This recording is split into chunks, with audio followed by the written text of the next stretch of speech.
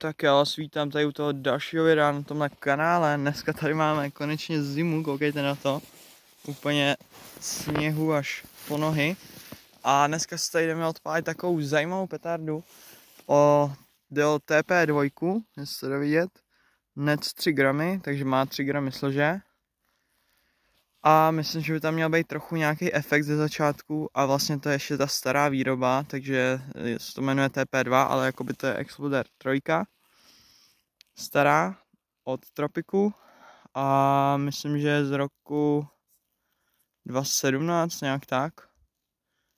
Nebo 2018, jedno z toho, myslím, že možná tady je vidět, že to je z 2018. Ale je vážně jako pěkně zpracovaná, jenže zabalení, kde je 20 kusů, tak jsem dal 500, což je teda docela síla, ale chtěl jsem se v životě ještě zkusit a jdem si ji tady bouchnout, to bude podle mě vážně velká rána.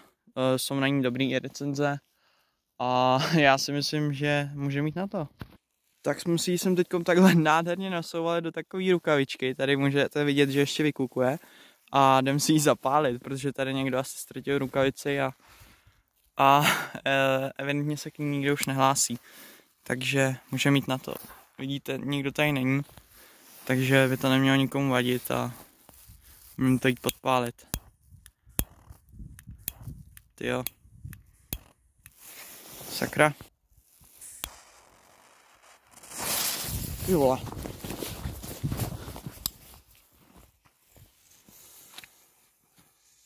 Wow. Ty krávo. Slyšíte tu ozvěnu? Tak to bylo absolutně brutální. Wow. Ty vole, to kouře. Ale tak ten efekt skvělej, ale koukejte, co to s tím provedlo.